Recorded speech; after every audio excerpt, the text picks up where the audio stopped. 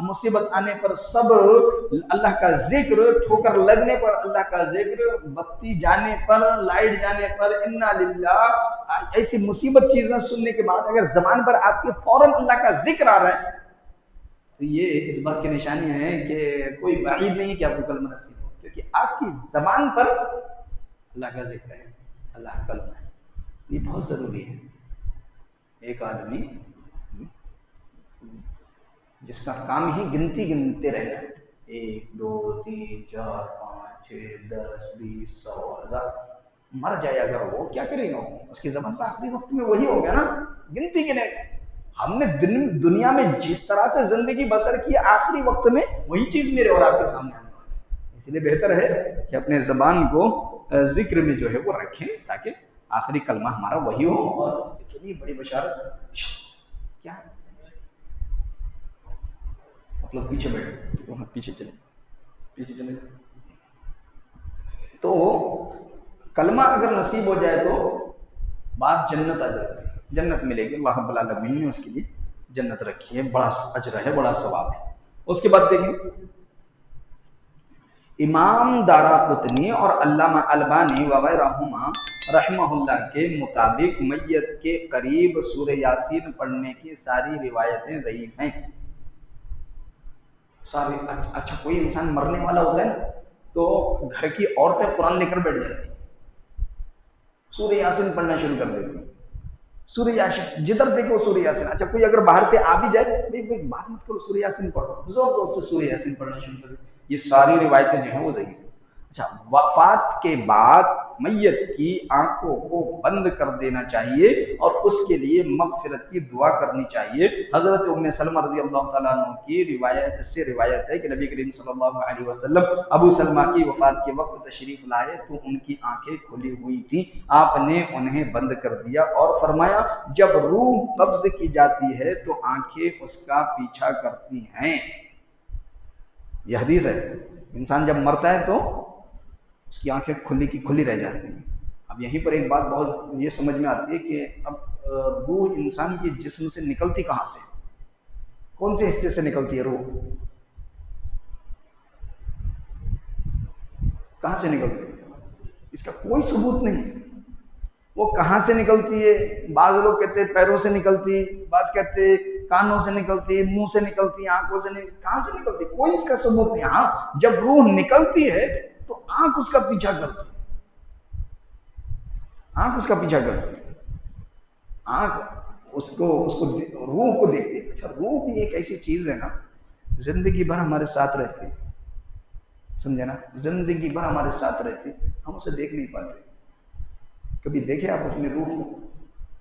کوئی نہیں دیکھا، ہمارے ساتھ ہے، وہ ہمارے ساتھ ہے، وہ ہمارے ساتھ پل رہی ہے، لیکن وہی روح جب چاہتی ہے تو اس کو آنکھ دیکھتی ہے، ہم پھر بھی نہیں دیکھ پاتے کہ وہ ہے کیا۔ اسی لیے روح کی فکر کرنی چاہیے۔ روح اوپر سے آئی ہے، بدن یہاں کا، مٹی کہاں کی تھی؟ مٹی یہاں کی تھی، یہی مل جانا ہے۔ روح اوپر سے آئی ہے، روح اللہ نے بھیجی، اسی لیے روح کو بنانے کی کوشش کرنا، روح بن جانی چاہیے۔ جسم کیا ہے؟ فانی ہے، لیکن روح کی فکر کرنی چاہیے۔ اسی لیے دیکھو خوبصورت لوگ ملیں گے، خوبصورت لوگ نہیں ملیں گے۔ خوبصورت لوگ ہیں، بہت ہیں، لیکن خوبصورت نہیں، اندرونی طور پر خوبصورت نہیں۔ روحیں برباد ہو چکی، مردہ ہو چکی، روحیں بالکل برباد۔ ذرا سوچیں آپ گناہ کر رہے ہیں، کس پر اثر پڑ رہا ہے؟ جسم پر نہیں، روح پر اثر پڑتا ہے۔ آپ عبادت کر دیں، کس پر اثر پڑتا ہے؟ روح، غذا۔ روح کی غذا کیا ہے؟ کھانا نہیں ہے، بریانی، 3 ٹائم کا ناشتہ، کھانا، یہ نہیں ہے روح کی غذا۔ روح کی غذا ہے قرآن، اللہ کا ذکر، اللہ کی یاد، اللہ کا خوف، یہ ہے روح کی غذا۔